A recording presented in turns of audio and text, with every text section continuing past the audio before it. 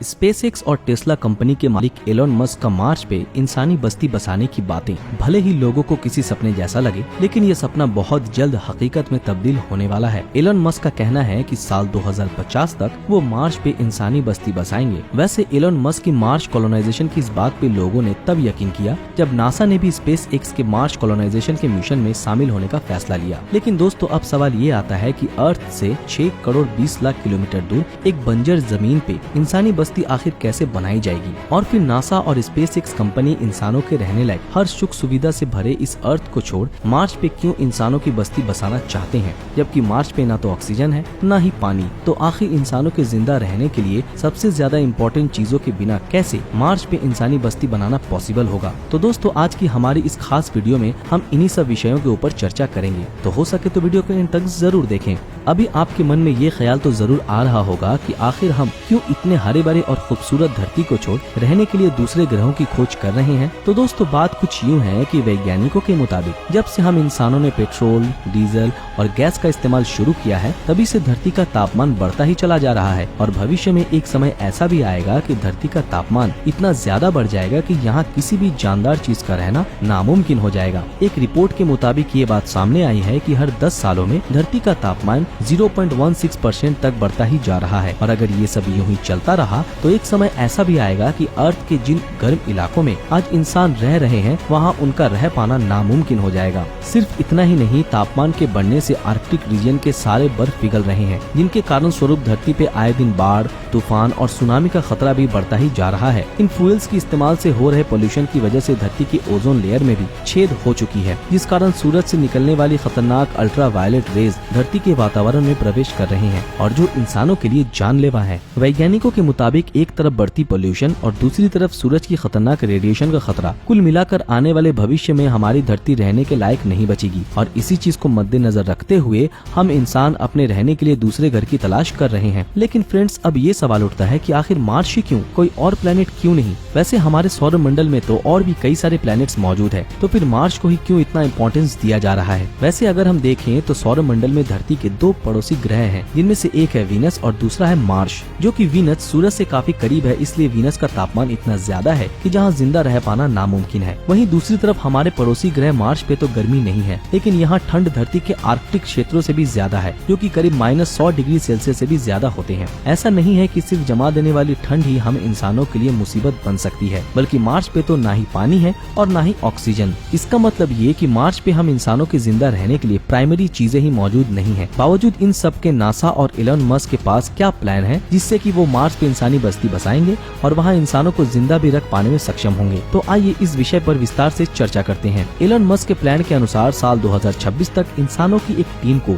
मार्च पे भेजा जाएगा, जो कि अपने साथ 2 साल की जरूरत की चीजें लेकर जाएंगे, यानी कि खाना, पीने का पानी, ऑक्सीजन सिलेंडर और साथ ही साथ प्रेशराइज्ड सूट समेत ये लोग मार्च पे लैंड करेंगे। जो कि मार्च पे चलने वाली धूल के डरावने तूफान इंसानों के लिए जानलेवा साबित हो सकते हैं, इसलिए उन लोगों को मार्च पे भेजने से पहले एक स्पेशल प्रोटेक्टिव शेल्टर मार्च की सतह पे बनवाया जाएगा, और ये शेल्टर्स मार्च की मिट्टी से ही बनाया जाएगा। लेकिन बात ये आती है कि जब कोई इंसान वहाँ मौजूद ही नहीं होगा तो ये शेल्टर्स बनाएगा कौन? हैरान करने वाली बात तो ये है कि इन शेल्टर्स को इंसानों को मार्च पे भेजने से पहले भेजे गए आर्टिफिशियल रोबोट्स द्वारा बनवाए जाएंगे। ये रोबोट्स बेहद स्पेशल तरह के रोबोट्स होंगे, जो कि वैसे तो सेपरेटली काम करेंगे, लेकिन जरूरत पड़ने पर ये एक दूसरे से जुड़कर किसी भी बड़े से बड़े काम को अंजाम दे पाने में सक्षम होंगे। इन रोबोट्स में सेंसर्स, कैमराज, मिट्टी की खुदाई के लिए एक्सकावेटर्स, इनके अलावा भी 3D प्रिंटर्स भी मौजूद होंगे। वैसे ये रोबोट्स सोलर एनर्जी से काम करेंगे, और सेंसर्स की मदद से ये रोबोट्स एक खास तरह की मिट्टी को ढूंढ वहीं पर अपना बेस यूनिट को बनाना स्टार्ट करेंगे। मिट्टी की खुदाई करने वाले रोबोट्स उसकी खुदाई कर मिट्टी को कलेक्ट करेंगे, और छोटे छोटे रोबोट्स उन मिट्टी को रिफाइनिंग यूनिट तक लेकर जाएंगे, और उन मिट्टी को 3D प्रिंटेड यूनिट तक पहुंचाने के काम को अंजाम दिया जाएगा। और 3D प्रिंटर्स का काम होगा एक एक लेयर करके 3D प्रिंटिंग करना। कई महीनों की मशक्कत के बाद इन शेल्टर्स को तैयार किया जाएगा, और इसके बाद उन रोबोट्स के काम का दूसरा फेज स्टार्ट होगा। जब पहली बार इंसानों की एक टीम मार्च की सतह पे लैंड करेंगे, तब उनके पास बहुत सारा सामान होगा, और मार्च पे मौजूद ये रोबोट्स उनका स्वागत कर उनके सामान को लैंडिंग साइट से उन शेल्टर्स तक पहुंचाने का काम करेंगी। उन शेल्टर्स के अंदर छोटे छोटे यूनिट्स को रखा जाएगा, जो ऑटोमेटिकली बड़े होकर एक एक यूनिट में बदल जाएंगे, जिनके अंदर का एटमॉस्फेरिक प्रेशर अर्थ जैसा होगा। क्योंकि मार्च का एटमॉस्फेरिक प्रेशर काफी कम है, इसलिए इंसानों को मार्च पर उन प्रेशराइज्ड यूनिट्स में ही रहना पड़ेगा। ये सारे केबिन्स एक दूसरे के साथ अटैच्ड होंगे। उन रोबोट्स की मदद से मार्स पे सोलर फार्म का गठन किया जाएगा, जिनसे उन केबिन्स में इलेक्ट्रिसिटी सप्लाई की जाएगी। जब कभी भी किसी इंसान को उस केबिन से बाहर जाने की जरूरत होगी, तब एक खास तरह की गाड़ी उस केबिन के दरवाजे से आकर लग जाएगी, ताकि दरवाजा खुलने के कारण उन केबिन्स के अंदर का प्रेशर रिलीज ना हो जाए। उसके बाद सबसे अहम जिस चीज की जरूरत होगी वो है एक ग्रीन हाउस की, जहाँ सब्जियां और पेड़ पौधे उगाए जाएंगे। वैज्ञानिकों की रिसर्च के मुताबिक शुरुआत में मार्स पे सिर्फ आलू और बीन्स ही उगाया जा सकेगा, और ये पेड़ पौधे इंसानों को मार्स पे ऑक्सीजन भी देंगे, और फिर धीरे धीरे मार्स पे ऑक्सीजन बनाने के काम को भी अंजाम दिया जाएगा। आप ये जानकर चौंक जाएंगे कि मार्स पे मौजूद रोवर्स इस चीज के ऊपर पहले से ही एक्सपेरिमेंट कर चुके हैं। सोलर एनर्जी से ऑपरेट होने वाली एक स्पेशल डिवाइस, जो कि मार्स के वातावरण से कार्बन डाइऑक्साइड को एब्जॉर्ब कर उसमें से हीट और इलेक्ट्रिक करंट को पास कर कार्बन डाइऑक्साइड से ऑक्सीजन को अलग कर उसे कलेक्ट करने का काम करेगा। इसका मतलब ये कि अब उस टीम के पास ऑक्सीजन भी होगी, खाने के लिए सब्जियां भी होंगी, और मार्स पे मौजूद रोवर्स ने मार्स की सतह के नीचे जमे हुए पानी को भी ढूंढ निकाला है, जिससे पानी भी प्राप्त किया जा सकेगा। यानी कि अब इंसान मार्स पे बिना किसी चिंता के सर्वाइव कर सकेंगे। लेकिन वैज्ञानिकों के पास एक सवाल का जवाब अभी भी मौजूद नहीं है कि आखिर मार्स पे इंसान क्या सारी उम्र ऐसे ही प्रोटेक्टिव शेल्टर्स में प्रेशराइज्ड केबिन के अंदर ही रहकर अपना जीवन गुजारेंगे। लेकिन दोस्तों, वैज्ञानिकों ने ये भी बताया है कि अगर कैसे भी करके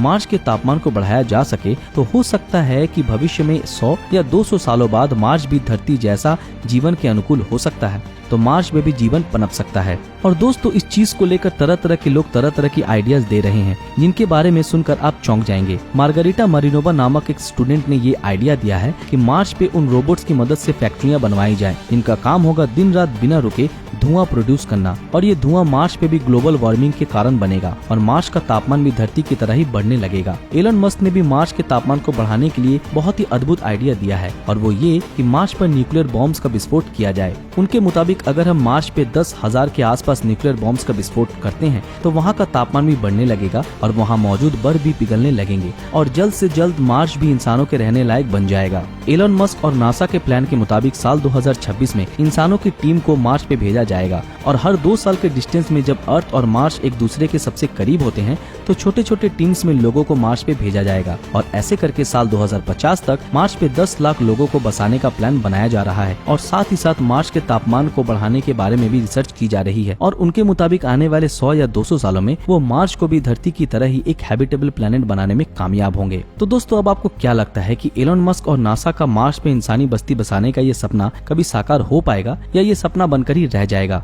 अपनी राय नीचे कमेंट में जरूर बताएं। दोस्तों, आज के लिए बस इतना ही। आशा करते हैं आज की हमारी ये वीडियो आप लोगों को पसंद आई हो। अगर ये वीडियो आप लोगों को पसंद आया तो इस वीडियो को लाइक और ज्यादा से ज्यादा शेयर जरूर करें, और जिन लोगों ने हमारे फेसबुक पेज को अभी तक फॉलो नहीं किया वो तुरंत फॉलो कर दें। तो फिर मिलते हैं आपके साथ अगले वीडियो में, तब तक के लिए अलविदा।